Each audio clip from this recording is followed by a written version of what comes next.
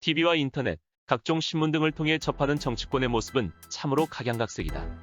정치권 전반에 대한 국민들의 신뢰도가 떨어지는 형국 속에서도 정부와 여당, 야당은 본인들의 의사를 관철시키기 위한 정책에 몰두하고 있는 모양새다. 그중 민의의 전당인 국회는 국민들의 복리 증진과 국익 실현을 위해 다양한 기능을 수행한다. 이러한 기능들을 수행함에 있어 본질적인 권한이 뒷받침되어야 하는데 그중 대표적인 권한이 바로 입법권과 재정권이다. 국회가 보유한 재정권은 국민이 납부한 세금 등을 기초로 하는 국가 재정 작용이 자의적으로 이루어지지 않도록 국민의 대표기관인 국회의 통제를 받도록 하려는 것이다. 국가 재정 작용에서 핵심을 차지하는 것이 바로 예산이다. 그렇다면 예산의 구체적인 의미는 무엇일까? 예산이란 국회의 의결을 통해 확정된 중앙정부의 한 회계연도에 걸친 수입, 지출 계획을 말한다. 국회는 이러한 수입과 지출 항목의 제대로 된 편성 여부와 효율적인 편성, 집행 방법에 대해 심의한다. 예산은 크게 일반회계와 특별회계로 나뉜다. 일반회계는 국가의 일반적인 지출, 즉 통상적인 국가활동과 행정작용, 재정사업에 사용하기 위해 설치된 회계를 의미한다. 특별회계는 특정 사업이나 특정 자금을 위해 또는 특정 세입, 세출을 연계하는 차원에서 일반회계와 구분할 필요가 있을 때 설치하는 회계이다. 대부분의 주요 선진국이 예산 법률주의를 채택한 반면 우리나라는 헌법 제53조 및 제54조에 의거해 예산과 법률이 별개의 형식으로 국회를 통과한다. 예산 법률주의를 채택할 경우 예산의 목적, 내용, 한계가 법률 조문으로 명확히 기술되기에 내용을 쉽게 이해할 수 있고 법적 규범력도 높아져 국회 재정 권한을 높일 수 있는 측면이 존재한다. 반면 예산 운용의 경직화와 예산안 심의의 시간과 노력이 더욱 투입된다는 부정적 측면도 뒤따른다. 또한 우리 헌법은 조세에 대해 그 종목과 세율을 법률로 정하는 조세 법률주의를 규정하고 있지만 지출에 대해서는 지출 법률주의를 채택하지 않고 있다. 국회가 심의 확정하는 예산안의 종류는 통상 본예산안, 수정예산안 및 추가경정예산안으로 구분되며 특히 본예산안과 추가경정예산안에 대한 주목도가 가장 높다. 일반적인 예산안을 의미하는 본예산안은 헌법 제54조 제2항에서 정부가 회계연도 개시 90일 전까지 국회에 제출하고 국회는 회계연도 개시 30일 전까지 의결하도록 규정한 예산안이다. 다음으로 추가경정예산안은 예산이 성립된 후, 즉 국회가 심의 확정한 후 예산에 추가할 사항이 있거나 변경할 사항이 있을 때 정부가 국회에 제출하는 예산안으로 헌법 제56조에서 명문으로 규정하고 있다. 국가재정법 제89조 제1항은 추가경정예산안을 편성할 수 있는 경우로 첫째, 전쟁이나 대규모 재해, 둘째, 경기 침체, 대량 실업, 남북관계 등 대내외 중대 변화가 발생했거나 발생할 우려, 셋째, 법령에 따른 긴급한 지출 등을 규정하고 있다. 이렇듯 단순해 보이지만 결코 가볍게 여길 수 없는 예산은 편성 심의를 위해 본격적인 과정을 거친다. 예산 과정이란 예산 편성에서부터 심의, 확정, 집행, 결산으로 연결 반복되는 과정을 가리키는데 통상 3년의 기간이 하나의 주기로 구성된다. 이는 당해 연도를 기준으로 할 시, 예산 주기가 전년도 결산, 당해 연도 예산 집행, 다음 연도 예산 편성 및 심의의 순서로 진행되기 때문이다. 본격적인 예산 과정의 출발은 바로 정부의 예산안 편성에 있다. 우리 헌법 제54조 2항은 예산안 편성권을 정부에 부여하고 있다.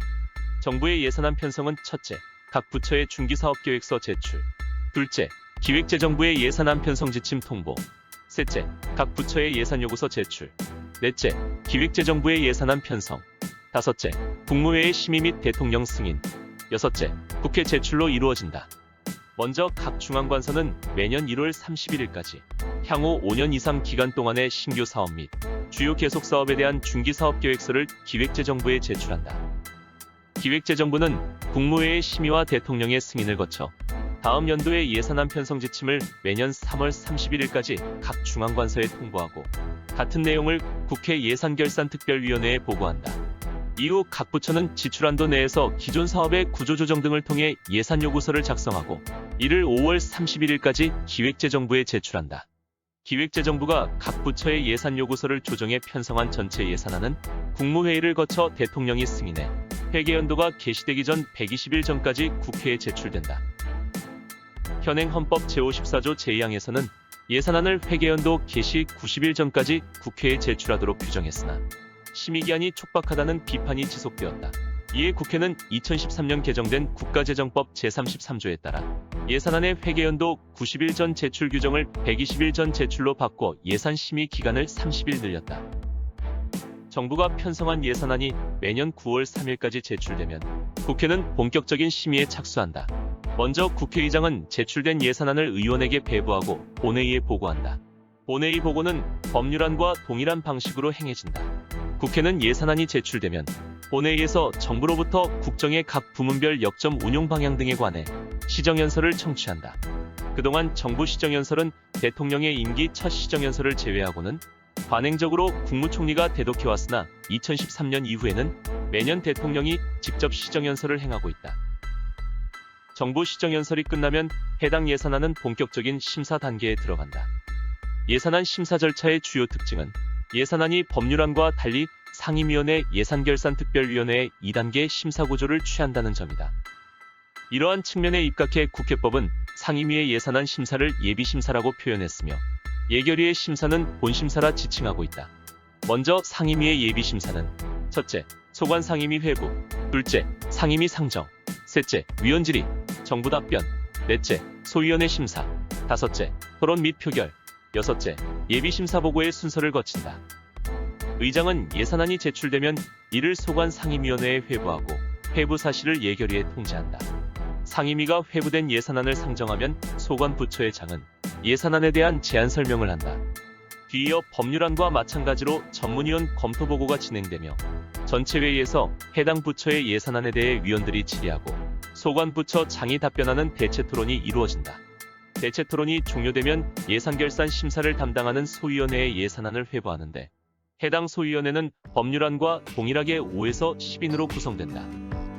이후 토론 및 표결을 거쳐 예비심사가 종료되면 예산결산특별위원회의 본심사가 시작된다.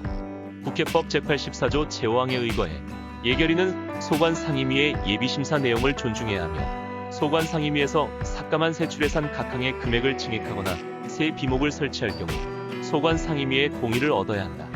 예결위의 심사는 첫째, 예산안 공청회, 둘째, 위원회 상정, 셋째, 종합정책 질의, 넷째, 부별심사 또는 분과별 심사, 다섯째, 조정소위 심사, 여섯째, 토론 표결, 일곱째, 심사보고 순서를 거친다. 기본적인 의안심사 과정은 동일하지만 정부 전체 예산안의 종합심사이므로 공청회를 개최하고 전체회의를 종합정책 질의와 부별심사로 나누어 여러 차례 진행한다는 점은 차이가 있다. 국회법 제84조 2.3에 따르면 공청회 단계에서 본예산안에 대한 공청회는 필수이지만 추가 경정예산안, 기금운용 계획안은 의결로 공청회를 생략할 수 있다. 부별심사의 경우 경제부처와 비경제부처 두 부분으로 구분지어 심사를 진행한다는 점에서 특이점이 있다. 예산안의 실질적인 심사 수정을 담당하는 조정소위는 예산안을 종합적으로 조정하고 수정안을 마련해 예결위 전체회의에 보고한다. 15명 내외로 구성된 조정소위는 전체 예산안의 조정에서 막강한 권한을 가지고 있지만 쪽지 예산과 같은 문제점 역시 야기하고 있어 완벽한 대안이라고 볼 수는 없다. 예산안에 대한 예결위 심사가 종료되면 심사 결과 보고서를 작성해 이를 의장에게 보고한다. 해당 예산안이 국회 본회의에서 의결되면 이를 지체 없이 정부에 이송하는 것으로 국회의 예산안 심사 과정은 마무리된다. 과거에는 국회가 예산 처리 법정 시한인 12월 2일을 지킨 경우가 드물었으나 2014년 국회선 진화법 시행으로 상황이 다소 개선되었다. 국회선 진화법에 따른 예산안 자동부의 제도가 본격 적용되면서 여야 간 빠른 합의가 이행되었기 때문이다. 이는 국회의 책무 이행 차원에서 큰 시사점을 남겼다. 이렇듯 정부의 예산안 편성과 국회의 예산안 심사는 철저한 논쟁과 분석을 거쳐 완성되는 고도의 기능체계이다. 물론 이 과정 속에서 여러 문제점들이 분출되는 것이 현실이지만 그럼에도 졸속 심사를 최대한 방지한다는 점은 부정할 수 없다. 앞으로 국민의 대변인이 모인 국회의 예산안 심사 과정에 대해 철저한 인식을 견지하는 것은 물론 혹시 모를 의원들의 꼼수를 방지하도록 다방면의 감시가 뒤따라야 할 것이다.